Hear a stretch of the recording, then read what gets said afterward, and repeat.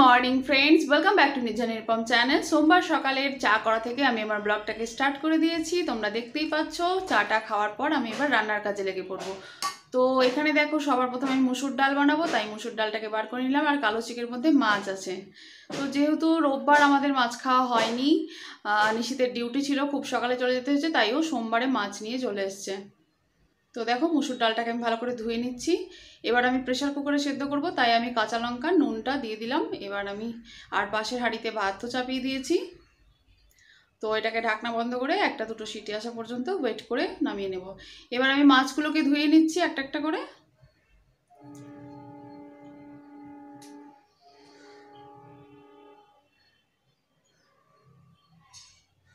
So দেখো, আমার এখানে সব মাছগুলো ধোয়া হয়ে গেছে। এবার আমি লবণ হলুদ মাখিয়ে মাছগুলোকে রেখে দেবো। আর যে কটা পিস আজকে রান্না করব, 3-4 পিস মতন নিয়ে নেব আজকে রান্না করব, আর বাকিটা আমি ফ্রিজে রেখে দেবো। সো নুন হলুদ মাখানোর পর ওই বাটিতে দেখছো মাছগুলো নিয়ে নিচ্ছি। ওটা আমি যে কটা রান্না করব সে কটাই আমি নিয়ে নিচ্ছি।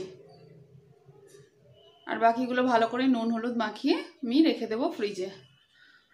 রোববারে কিন্তু অন্ধ্রপ্রদেশে বেশিরভাগ টাটকা মাছ পাওয়া যায়, কিন্তু সোমবার বা অন্যান্য বারেও কিন্তু রুই মাছ পাওয়া যায়, কিন্তু সেটা টাটকা হয় না, সেটা মরা মাছ পাওয়া যায়। সেই জন্য আমরা রোববারেই বেশিরভাগ নিয়ে আসি। সেহেতু কিন্তু নিশিতের যেহেতু রোববারে ডিউটি ছিল, সেহেতু আমাদের মাছটা নিয়ে আসা হয়নি। তো আজকে ও ডিউটি করে চলে এসছে, তো মরা মাছই নিয়ে এলো, আর কি করা যাবে।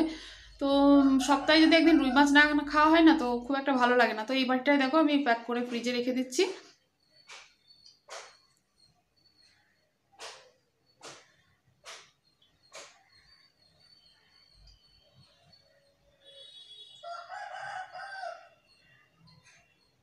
আর এখানে দেখো, নিশিত নিয়ে এসছে দুটো মোচা, টাটকা ফ্রেশ, একদম লুকিং গুড। আমরা সবাই মোচা খেতে ভালোবাসি, তো এত বড় বড় একটা দুটো মোচা নিয়ে চলে এসছে। আর সকালে যেহেতু আমরা পরোটা, জলখাবারে পরোটা খাবো, তাই আটা মেখে নিচ্ছি। এখানে নুন দিয়ে দিয়েছি প্রথমে, তো এখানে আটার ডোটা রেডি করছি। তো আটা মাখার পর আমি এবার লেচি কেটে নিচ্ছি।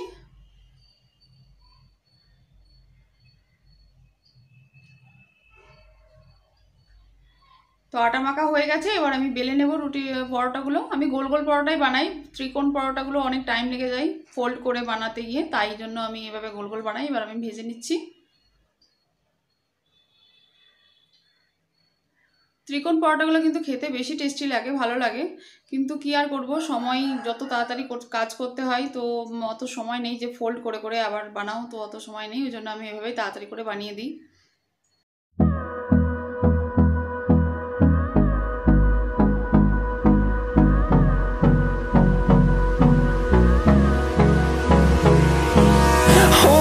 Close till I get up. Time is barely on our side. I don't wanna waste what's left. The storms we chase are leading us, and love is all we'll ever trust. তো এখানে দেখো, আমার পরোটাগুলো ভাজা হয়ে গেছে, আর আমার ভাতের হাঁড়িতে ভাতও হয়ে গেছে। আর আমি এবার ভাতটাকে উপর করে দিচ্ছি। তো এবার আমি বানাবো মুসুর ডালটা। মুসুর ডাল আমি করলা দিয়ে বানাবো, তো তেলের মধ্যে করলা দিয়ে দিচ্ছি আর নুন দিয়ে ভেজে নিচ্ছি। তো গরমের টাইমে করলা ডাল, টক ডাল এগুলোই খেতে বেশি ভালো লাগে। তো করলাগুলোকে ভাজা হয়ে গেছে, এবার আমি ডালের মধ্যে দিয়ে দিলাম। ডালের মধ্যে অলরেডি আমি নুন চিনি দিয়ে দিয়েছি। এবার আমি তড়কা মেরে নেব ডালটায়। প্রথমে তেজপাতা দিয়ে দিলাম তেলের উপর, তারপরে শুকনো লঙ্কা আর 5 ফোড়ন দিয়ে দিলাম। তো অনেকেই ডালে জিরে ফোড়নও দিয়ে থাকে, কিন্তু আমার 5 ফোড়নের ফ্লেভারটা বেশি ভালো লাগে, তাই আমি এখানে 5 ফোড়ন দিয়ে দিচ্ছি। এবার দিয়ে দিই তেলের উপরে হলুদ দিই, কারণ আমার ডালের মধ্যে ডালটা দেওয়ার পর যদি হলুদ দিই, হলুদের একটা কাঁচা গন্ধ আছে, তাই আমি তেলটা গরম হওয়ার পর লাস্টে ওই তেলের উপরে হলুদটা দিয়ে নেড়ে আমি ডালটাকে ছোপ মেরে দিই।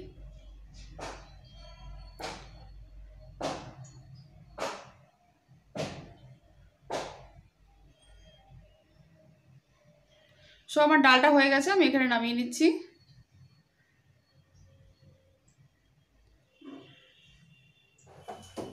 এবার আমি মাছগুলোকে ভেজে নিচ্ছি। মাছগুলোর পিসগুলো খুবই বড় বড় করেছে, এত বড় বড় পিস করতে আমি ওকে করে আনতে বারণ করি।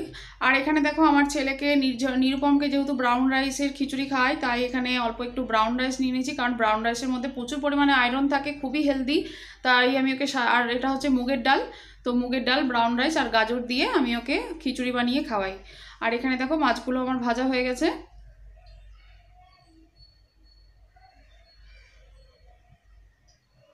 তো বললামই তো মাছটা বড়া মাছ ছিল, খুব একটা টাটকা মাছ ছিল না, তার জন্য ভেঙে ভেঙে যাচ্ছে, একটু নরম নরম মাছটা। আর আমি মাছের ঝোল যেভাবে বানাই, আমি তেলের উপরে জিরে ফোড়ন দিয়ে আমি এটা পেঁয়াজ কুচিটা দিয়ে দিলাম। খুব সিম্পলভাবে মাছের ঝোলটা বানাই আমি, অত পেঁয়াজ রসুন আদা বাটা জিরে বাটা অনেক কিছু অত কিছু দিই না, পেঁয়াজ কুচি দিয়ে দিলাম। এবার আমি পেঁয়াজ কুচির উপরে আমি এবার আলুটা দিয়ে দেবো, আলুটাকে পেঁয়াজের সাথে ভালো করে ভেজে নেব।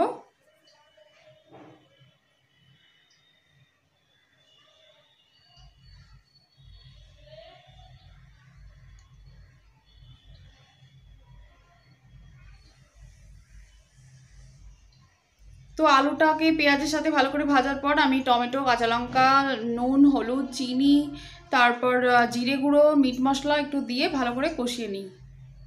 তো কষানো হয়ে যাওয়ার পর জল ঢেলে দিই, জলটা একটু ফুটে আসলে তারপর মাছটা ঢেলে দিই, দিয়ে আমার মাছের ঝোল একদম রেডি হয়ে যায়।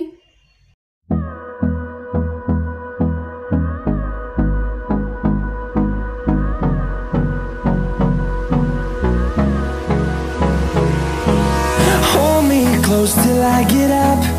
Time is barely on our side. I don't wanna waste what's left. The storms we chase are leading us, and love is all we'll ever trust. Yeah, no, I don't wanna waste what's left. And on we'll go, through the wastelands, through the highways, till my shadow. এখানে দেখো আলুটাকে আমার ভালো করে কষানো হয়ে গেছে, এবার আমি পরিমাণ মতো জল দিয়ে দেবো।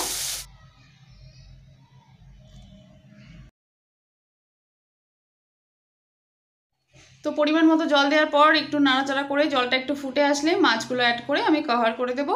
কভার করার পরে একটু ফুটে উঠলেই নামিয়ে নেব, হয়ে যাবে মাছের ঝোল। তো গাইজ আমার রান্নাবান্না অলমোস্ট ডান, এবার আমি গিয়ে একটু রেস্ট করবো কারণ প্রচণ্ড গরম লাগছে এখানে। তো এখানে দেখো এখন 10:30 বেজে গেছে, গুডু বেবি দেখতে মনে হয় শুনতে পাচ্ছ যে কান্নাকাটি হচ্ছে। তো গুডু বেবির জন্য বানানা পিউরি রেডি হয়ে গেছে, ওকে এখন খাওয়াবো। 10:30 বেজে গেছে, তো মিক্সিতে পেস্টটাও করে নিলাম। তো এবার গুডু বেবিকে চলো খাইয়ে দিই। তো নিরুপমের বানানা পিউরি খাওয়ার পর এখন আমি ওকে একটু বাইরে নিয়ে এসেছি, একটু রোদ্দুর এসছে এখানে। তো রোদ্দুরে যদিও এখানে গরম, এখন রোদ্দুরে বসাটাই বেশি টাইম বসাই যায় না। এখানে দেখো নির্ঝরকে দেখো, দেখতে পাচ্ছ নির্ঝরকে এক গাদা টয় নিয়ে খেলতে বসেছে, তাই না? ভেঙে গেছে। তো এই ল্যাডারে আমি একটু বসি নিরুপমকে নিয়ে।